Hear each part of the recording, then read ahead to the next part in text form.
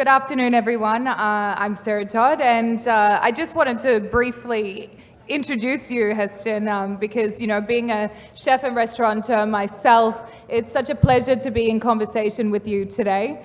Being awarded an OBE by the Queen of England for your services to gastronomy, also named one of the Royal Society of Chemistry's 175 Faces of Chemistry, owner of the Fat Duck, arguably the most famous restaurant in the world. He's much a scientist as he is a chef. Heston is a pioneer in showing us all that senses inform the flavor of food. I'll never forget the dish, The Sound of the Sea. I had it personally myself in London, and the flavors of this salty seafood in combination with the headphones listening to this incredible sound of breaking waves. It's so incredible, intelligent, and very creative, and it definitely takes you close your eyes and you feel like you're in the sea. So it's absolutely incredible. I just wanted to get started and hear a little bit about what first inspired you to get into the food industry. Firstly, good afternoon, everyone. I'll do it again. Good afternoon, everyone. Thank you. I thought I'd just try and get you a little bit energized after lunch, and then I'll send you all to sleep. I was born in the 60s in London, and I remember there was a G7 summit meeting in Scotland a few years ago. This is while Jacques Chirac was still alive. And in this meeting, he made a comment, and he said Britain has the worst food in Europe, second only to Finland. Now, I apologize because I met a wonderful Finnish ambassador this morning. She's here. So no offense to Finnish people. Even I get a little bit offended because Australia's inspired by the English cuisine a lot as well. I took offense to this. However, in the 70s when I grew up, there was probably some truth in it. You could only buy one type of pasta, and it was a dried spaghetti in blue paper, wrapped in blue paper. Olive oil, you couldn't buy it from the supermarket. You had to go to the chemist. For some reason, it was for blocked ears. Oh. And so food in Britain in the 70s was pretty terrible. Jacques Chirac got his comeuppance, though, because he made this comment 2 weeks before London and Paris were fighting it out for the Olympics. The two Finnish representatives, after he made this comment, withdrew their votes from Paris and gave it to London. So we got the Olympics because of our food.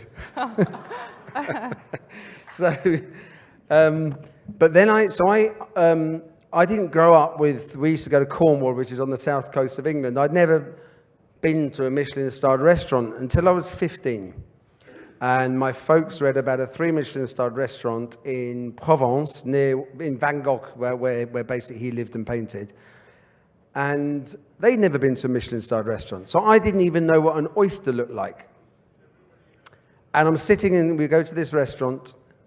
It's nestled at the foot of this bauxite cliff in this valley, incredible valley, with an old medieval town on the top.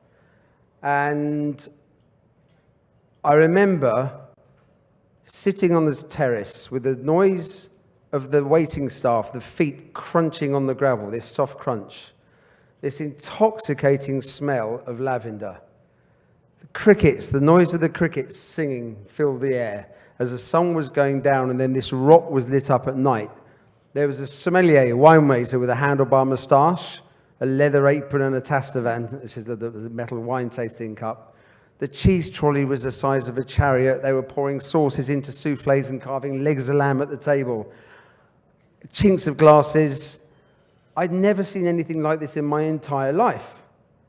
It was like I'd fallen down some kind of multi-sensory rabbit hole into my wonderland. And that was the moment I thought, this is it. cooking got under my skin, in my blood. It was like I couldn't do anything about it. I don't know if it was maybe my microbes got really happy, so they just controlled me. But Heston, I've been to Le Cordon Bleu and, you know, had culinary training. You had none. So No, so then after that, I bought books. I taught myself French by translating with an English to French dictionary and pencil and paper French cookbooks. So I'm fluent French. I was fluent in French cooking, but I couldn't walk into a bank and ask for a checkbook. And then from there, I saw that 20 chef's books, there would be 20 recipes for vanilla ice cream, but they'd all be different. And I thought, well, why? Why is somebody using whole eggs and somebody using egg yolks? And why is somebody using single cream and somebody using double cream? Do they know? Are they just passing on what they've been told? So I started to look into it. Then in 1984, I bought a book written by an American guy called Harold McGee, which is called On Food and Cooking, the Science and Law of the Kitchen. And its difference between food science is when you go to university, you get a degree in molecular chemistry, organic chemistry, for example, and then you go and work for a food company. This was the science of cooking. So why do eggs make your soufflés rise? Why does bread dough go sticky if you when you need it? And various other questions like this. And in that book, Harold, who then later became a great friend, said browning meat does not keep in the juices. Yeah. Like, what? This is like finding out that Father Christmas isn't real. It adds flavour. I did that once, Cheltenham Science Festival, one evening. 1,000 people doing a talk. It was 9:30 in the evening, and I said, it's like finding out Father Christmas isn't real. And then I heard this, and some woman had brought her 9-year-old, 8-year-old daughter in. I felt really, really bad. But anyway, it was one of the most biblical laws in the kitchen. You have to seal in the juices. But what happens when you put steak or meat in a really hot pan with oil? It sizzles. That's the juices coming out of the meat. If browning meat kept the juices in, it would be impossible to have a well done brown steak, because you kept the juices in. Basically, steak is like a sponge. Meat is a sponge, 70% plus water. Think about eggs, making a custard and scrambling the eggs. When you heat proteins up over a certain temperature, they coagulate to the point where they start to squeeze, like you imagine you're squeezing a wet sponge. So the more you cook a piece of meat at the higher temperature, the more moisture you cook out of the meat. And at that point came I've got a coat of arms, official coat of arms, by the way, which is this. Yeah. And they ask you for a motto in Latin or English. Question everything. That was the moment I questioned everything. And that questioning has led me to an incredible amount of discoveries, and something that I think we're tending to lose now. Yeah, and with this information and knowledge, like there is so much out there. Like, how do you feel like, you can spread that knowledge, or, should we all be questioning? There's so much, you've got a laboratory in Hind's Head and now in Paris. Like, what do you suggest for everyone out there, to understand the process? Picasso once said, we're all born artists. The problem is to remain an artist as we grow up. And we become human beings for many reasons, but probably for me the two most impactful is that we can imagine things that do not exist. So I can tell you right now, above this hotel, there is a candy floss cloud attached to the building with a licorice rope, and there's some drones flying around it, blowing the cloud around, and they've got vanilla seeds on them. You can imagine it. Now, that imagination is one of the beauties of human beings. Without imagination, we would not have created language, religion, fairy tales, money, science, maths, cooking, dancing, social media. money and time. Time exists, but the human measurement of time, 24 hours, if we hadn't have got that with time zones, we would not be able to work together in increasingly large numbers. So without that imagination, we could not work together to make stuff. Without that communication and connectivity. And imagination is creativity. The current education system, it is changing, but was developed in the Victorian period, where maths and English were the two most important things. Einstein said once, two key things: those that have never failed have never tried, and why should we learn something we can look up? If we've invented these amazing machines to do stuff for us, why do we need to know where a semicolon goes? We need some discipline at school. Yes, of course we do. But what's happened and what is happening is because our lives are becoming so much more comfortable, we are becoming more fearful of not feeling worthy of belonging in the groups that we formed. And in that process, if you think about social media, we're more connected than ever before, but we have less connection. So I think, that is one side of it, but the other side is execution, and I understand that you have to not have fear of failure, but you've literally created this wonderland in your kitchen of a dining experience. And I've been there, to think of King of Spades, King of Diamonds, is it? The playing card. Yeah, and, to execute that and turn it into a chocolate, can you imagine that? Yes, imagination is one thing, but how to execute it and, turn that into this wonderland you've done. Very good point. Think of this as two sides, and there's many ways of saying it. Human being, human doing. Feeling brain, thinking brain. Non-linear, linear. So imagination is all very well. You can be a philosopher and imagine lots of things, but unless you do something with it. So what I'm saying is, without the imagination, we would not have been able to make anything. Without making anything, we wouldn't technically be able to sustain imagination. I just like everything, like global warming. The Earth's atmosphere flips between over millennia. It has flipped between the 21% oxygen. The oxygen levels have gone up and down. And life on Earth has gone, for ice age, non-ice age, aerobic, anaerobic life. Everything expands, contracts. And at the moment, if we're not careful, I think it's changing with the younger generation, which is fantastic, that we think that things outside our body are going to make our lives better.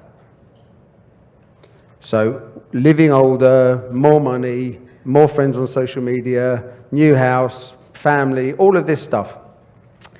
And yes, all of these things can be wonderful. But I'm a big fan of Sadhguru. And as he says, unless, and we mentioned this earlier, Plato, who was a Greek philosopher, had this, talked about the subjective universe. What is really key is our relationship with these objects, our relationship with the money, our relationship with shopping, our relationship with social media, our relationship with our telephones, our relationship with other people. We have to put that back into the equation, which is emotion. And so this is linking this to food. I see no reason in this day and age why any person on this planet should be starving. 25% to 50% of all food produced is thrown away. We eat too much. Now, before we talk about chemicals and global warming, first let's try and feed the population. But there's enough food there. That's the crazy thing. We eat too much food. But you can't tell people to eat less, because then that's judgmental. You're pointing a finger at them. If we value more, we then become fulfilled as opposed to feeling full. So if we're more mindful, if we connect with the food that we eat. So when you put a mouthful of food, you can't do it all the time, because you're chatting and thinking and busy and stuff. But just sometimes, Sometimes, have a look at the food. Imagine what it's going to taste like and smell like. You know you smell different from one nostril to another with some foods? It feels different on your top and bottom lip. Who drinks red wine? Hands up. Not enough of you guys. Right. Next time you have a glass of red wine, have a sip. Close your eyes.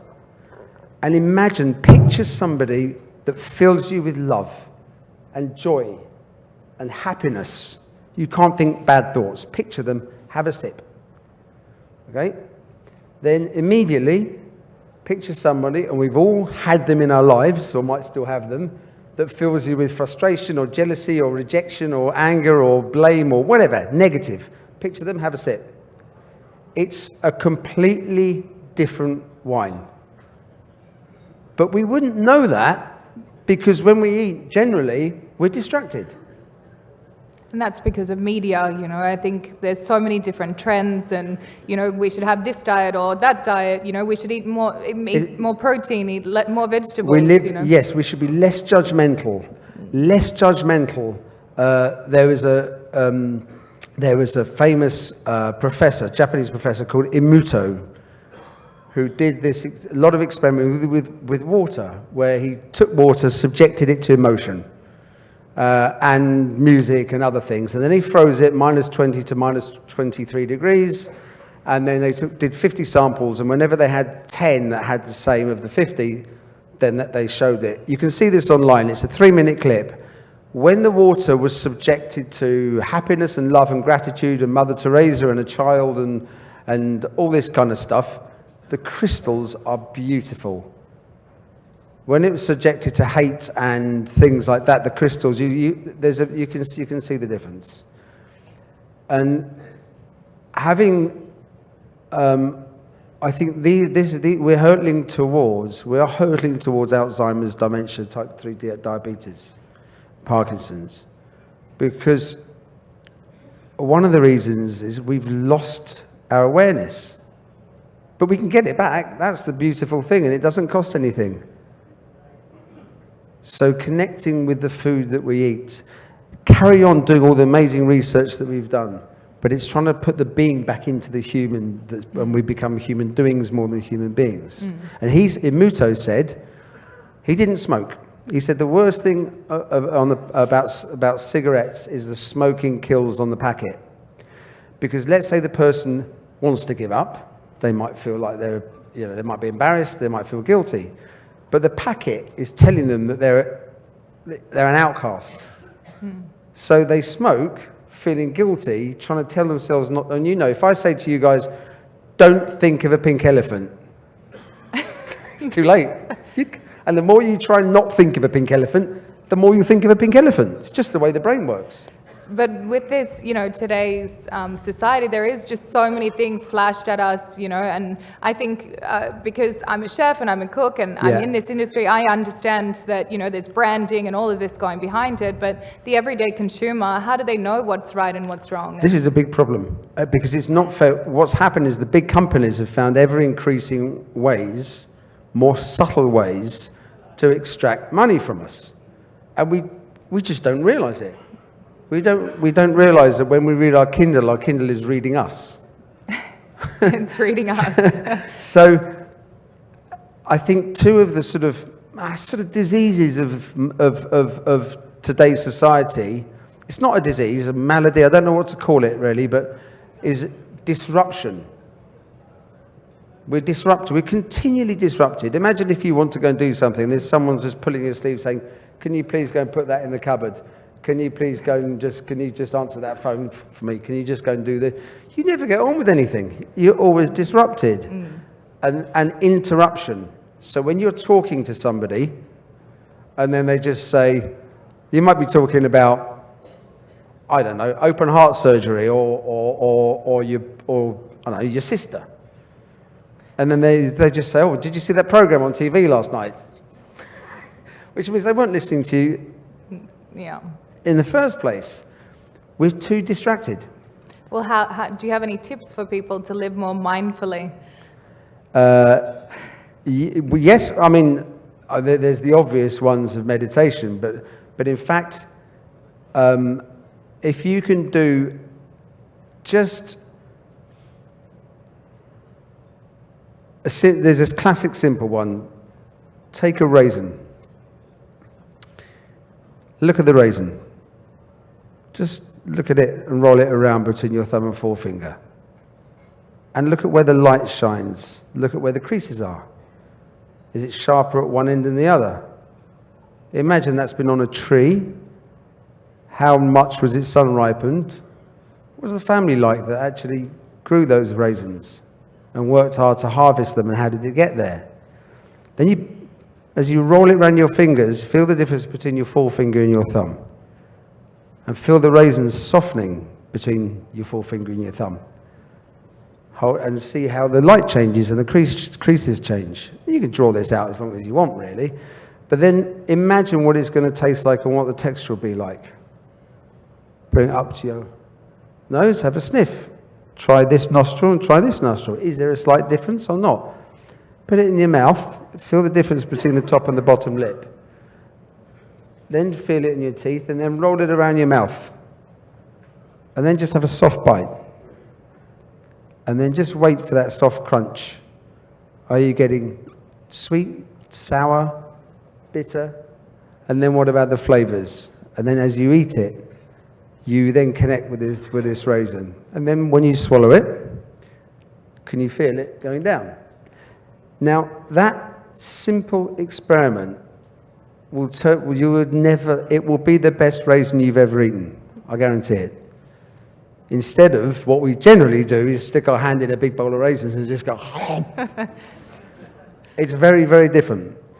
So practicing mindfulness with food, because when I talked about imagination allowed us to create shared beliefs, I believe that imagination evolved because the way that this is a really massive oversimplification, but the human brain, the big lumpy cortexes that developed were through hunting, gathering, cooking, and eating together.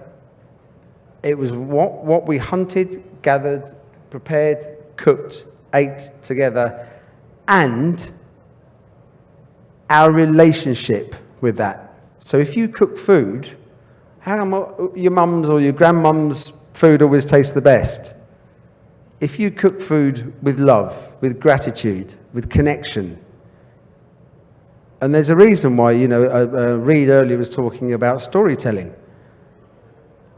The Quran, the Bible, there's a reason why you say grace. There's a reason. This is not me just making this up. This is standing on the shoulders of giants when human beings had time to think without distraction.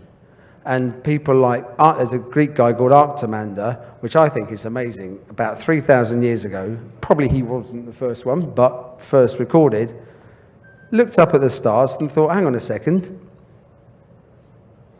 maybe it's not the stars moving. Maybe it's us that was moving. But that was before anyone knew about gravity or, the magnetic field or the other the Earth's forces. No one knew about that. He just observed. Charles Darwin, he just observed. Einstein, he just observed. This is the amazing ability of human beings, is to be able to observe, make connections, then work together to make things. And that all comes really, ultimately, from cooking and eating the food we cooked. And you just spoke about hunting and gathering, and we think, should we go back to that diet? And it sounds like it's a lot of meat and protein, but actually it was a lot of vegetables that they were eating. And maybe one day a week the man would go out, hunt the food, and the amount of energy that he would exert to catch that animal and come back and feed the family, it's a lot different. But then on the other side as well, our bodies have evolved. Is it, we're not exercising as much, we're consuming more food than we were back then. Yeah, great point. But that's the problem with the paleo diet. In principle, it works, but our behavior is not the same. We don't behave in the same, we don't hunt, gather in tribes like we did before. So that's changed. And in fact, I thought this not too long ago. It's quite interesting. If you think about the way that human beings evolved, we've got mobile phones now. But rhubarb and potatoes and cows and pigs and fish have not, the food we eat has not evolved in the same way that we've evolved. So if, in a funny way, there's a dichotomy between what's happening to our our microbiome and the connect. I believe, it's just my belief, that the main function of the brain is movement and to help us find food, and that the brain evolved in the way that it did with the senses to protect our changing gut, because this is where the next generation are prepared for life. And when we look at the future, has to be personalization. This is what I've been doing at the restaurant. When you mentioned Sound of the Sea, this dish with the iPod, we had people in tears. Some people cry in a really positive way. I never thought that would happen.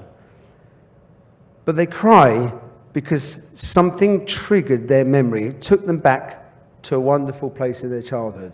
Now, I thought, God, this wasn't a large number of people, a large percentage of people, but it probably happened, say, 20 times. I thought, God, what if somewhere in the meal you could just press somebody's button? So, anyone seen the film Ratatouille? That moment at the end when he eats the ratatouille and he goes straight back to childhood. So you put something in your mouth and an explosion happens. And it's wonderful memories come flooding back. And what if you could do that? So this is what we now do at the restaurant. We try and, we've got various ways, we get a little bit of information where we could just, even if it's just for one person on every table, just put something somewhere in their dish that it's completely unexpected, it's personalized, it's something that, oh my God, how did you know that? And it's personalization, because every human being is different. And every human being is technically different with every breath. This is the beauty of life, it's so complicated. Well, this is the thing. I think there's, so many restaurants, there's delivery, the people are cooking more at home, they're more aware. So when they go out to dine, I think they want a different experience. It's not just about having, the perfectly cooked steak on the plate anymore. It's more than that. But going back to what you just said about, the food that we eat hasn't changed, but in ways it has changed. There's genetically modified ingredients. On a micro level, it's changed massively. What I'm saying is it hasn't evolved in the same way that human beings have evolved. But where do you see that going? We're now starting to consume these, ingredients that have been 3D printed and, genetically modified. What's the future of that? The night before I came here, I saw a David Attenborough show.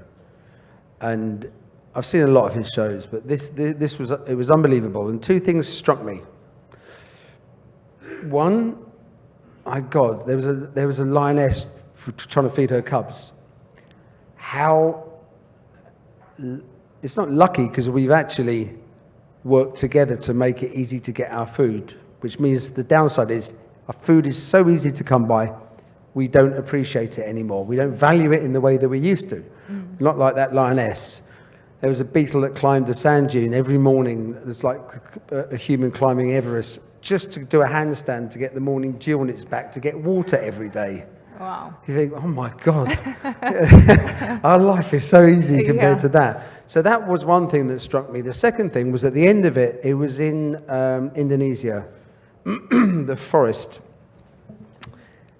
They showed like a Google map of 50 years ago, the amount of trees in Indonesia and how the forests have been desolated and replanted with palm trees.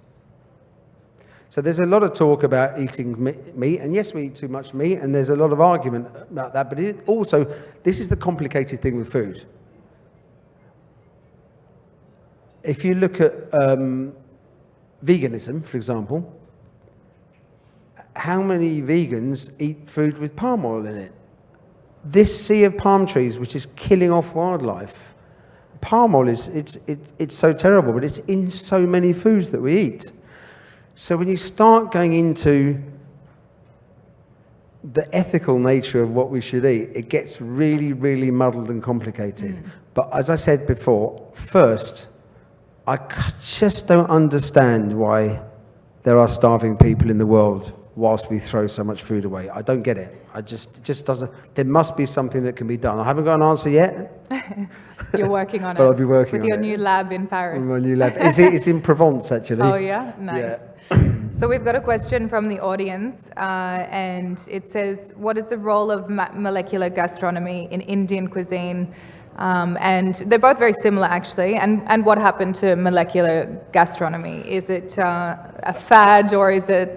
Molecular gastronomy is a complete and utter misnomer. It's a misunderstanding. The term came in 1982 from a Hungarian physicist, head of physics at Oxford University, called Nicholas Curti. He wanted to have a workshop where some chefs and scientists worked together, and he did a presentation at the Royal Institute in 1969 called A Physicist in the Kitchen, where he said it's a travesty, whilst we know the atmospheric pressure on Mars, we don't know what goes on inside our soufflés. So he wanted to have this workshop. So he went to this professor in an old monastery in Sicily, and he said, I want to have a workshop where chefs and scientists can work together. He said, well, we have workshops on cosmology and gravitational physics. You've got to come up with a name. So he said, what if I call it molecular and physical gastronomy? Can I have the center? They said, yes. So there were 6 of these meetings. I went to 3 of them. They stopped about 20 years ago. He died. Bizarrely, he got married in the Hind's Head. Really weird, years ago. And then in the late 90s, early 2000s, it became associated, no, actually probably later, 2008, it became associated with pipettes and foams and stuff like that. But in fact, the term molecular gastronomy, a boiled egg is molecular gastronomy. Roast chicken is molecular gastronomy. You could call chefs practical physicists. And in fact, I've just rewritten the GCSE for OCR, Oxford and Cambridge, for schools in England, for food and nutrition. It's shocking. It's optional at GCSE or O-level, and they're removing it. I want to get it back on. They're removing it at A-level. Food or cooking and eating is the only subject that every other subject comes underneath. Do you know Yuval Harari's book, Sapiens? At the beginning of that book, he says, Big Bang, space, matter, or mass and time combined, Big Bang physics. Atoms, molecules produced chemistry, some produced organisms, biology, and some produced cultures, history. Food, cooking and eating is the only thing you can do. The only subject that covers every single subject. You need maths, you need language, you need geography, whether it's mineralogy, astrology, all of the sciences, all of the subjects come under that, but we take it for granted. And it's amazing that it's not a subject, because it does affect everything. It affects your mood, your performance, your physical performance, and nobody's learning about food in school. The crazy thing is, the most intimate relationship a human being has is with themselves and their breath, because only when you lose your breath do you start to value it. Then it's with water. Only when you've got no water, you're on your way out, you start to value it. Then it's with food. Then it's with the people we love and the things that we love. But those 3 things are first. Breathing, drinking, eating. It's not rocket science. So going back to the question on finishing off molecular gastronomy. When we cook, physics, chemistry happens. And when we eat, biology happens. Molecular gastronomy, the origin of it is just to understand what's happening if we overcook our custard. So another question, so in India, I'm sure you know, there's about 60% vegetarians.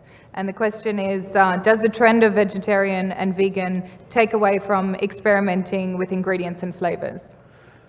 Vegetarianism, certainly no. Veganism, you could argue, on the face of it, you could say yes, but also you could say sometimes when we have things removed from us.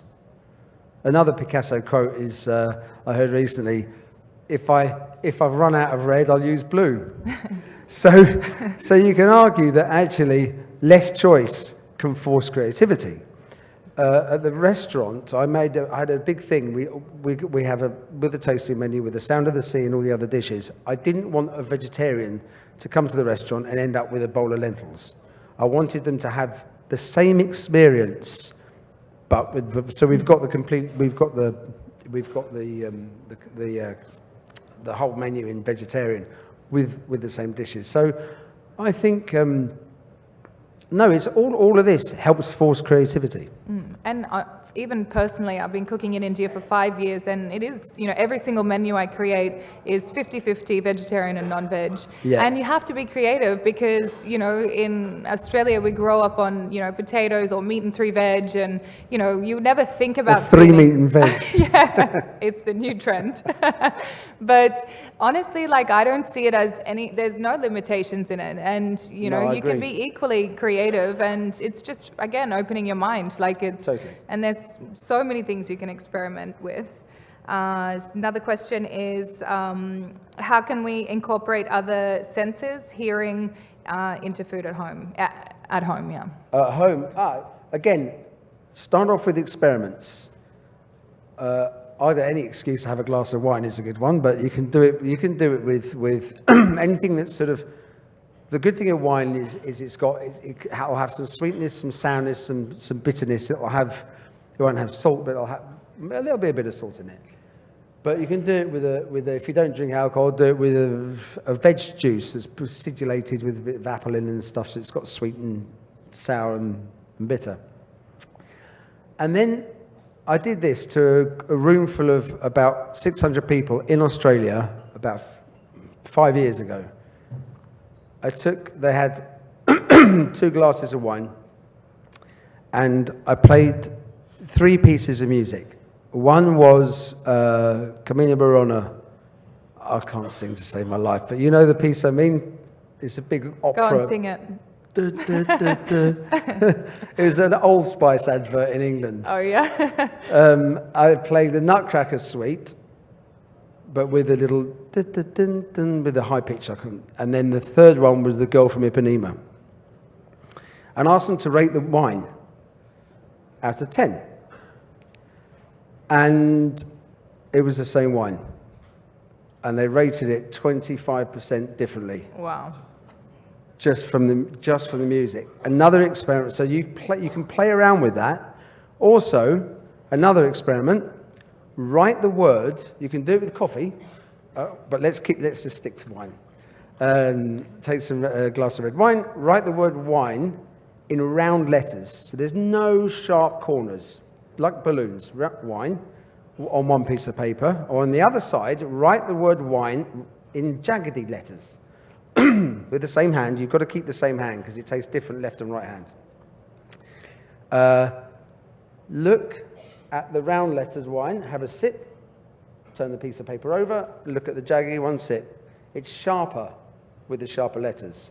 At first you think this is bizarre, but then when you look into it a bit more closely, how did language start? It's onomatopoeic.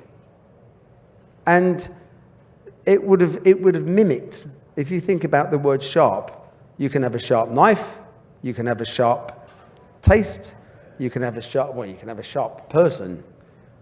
It crosses the senses. So once you've done that, you can play around with sounds, simple stuff. If you're serving seafood, you just get the sound of the sea. There are soundtracks you can download, but you just play around with different things. If you think about, if I go, that's more acidic. But if I was to go boom, boom, boom, boom, that's more bitter. That could be more caramel, more chocolate, more coffee. It's learned association, basically. So you can use. And I think it's visually as well. I think that also influences your food. All of your dishes. Sight, sound, smell, touch, memory. massive. All has the first dish, my first paper that I co-wrote was around a dish called crab risotto, and I served it with the crab ice cream. And I found we did this with Sussex University, a guy called Martin Yeomans, frozen crab ice cream or frozen crab bisque. And people found the same thing, just with the name, found it to be something like 20% more salty when you called it crab ice cream. Because our memory tells us ice cream must be sweet, so then we have an expectation of sweetness. So if you expect sweet and get salt, it seems much saltier than if you expect salt and get salt. So this is another flavor question, and I know this person as well. Can you tell me about your understanding of umami and how it's used in food?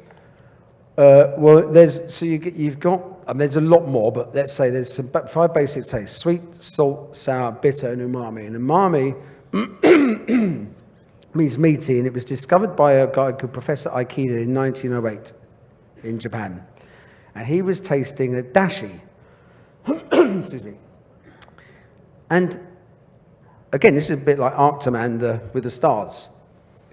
He thought, there's something in here which isn't sweet, and it's not sour, and it's not bitter, it's not salty. And so he started researching it and discovered this taste, which was then, I think it was Manel in Chemical Senses Center in the 60s, isolated it as glutamic acid. Now, umami is it's monosodium glutamate. Possibly the biggest wives' tale in food is that MSG is bad for you. You just go and do the research. We haven't got time to tell how, it's an old wives' tale, but it's an interesting story where it came from. However, breast milk, colostrum, the first breast milk, is really high in umami. Tomato ketchup, soy sauce. Vegemite, all of these yeast stuff. It's hard to explain. If you say like soy sauce, it's hard to explain because there's lots of other things in soy sauce and ketchup. If you can get hold of a little tub of monosodium glutamate, put your tongue in it, do that. I liken it, this is going to sound really weird. As a kid, sometimes in the bath, I chewed a wet flannel, and it gave us a really pleasing feeling in my mouth. It sort of expands, it gives you a meaty feeling. Shiitake mushrooms have a lot of umami in them. So it's in Japan, it's as common as salt. We all have it in our diets. It's just the Japanese were the first people to sort of, what's the word? To take it as part of their. I mean, it's a much newer thing for us than in Japan. Yeah. So time is up now, but I just wanted to say one thing. I went to your pub in Hind's Head, and I had this Scotch egg there, and I went home and I made it 1,000 times until I could master it. And I went on MasterChef and I made my version of it, and I won the challenge. So thank you. That's the first time you've told me that. So he assisted me in MasterChef, actually. But you really are a pioneer in the food industry, and you're, influencing the entire world, and it's incredible. And, I think we all look forward to seeing all the projects that you're working on next and currently. And thank you so much for being here with us, and it was such a pleasure to be on stage with you. It's lovely to see you again. It's about 5 or 6 years, I think. Yeah. Thank you very much.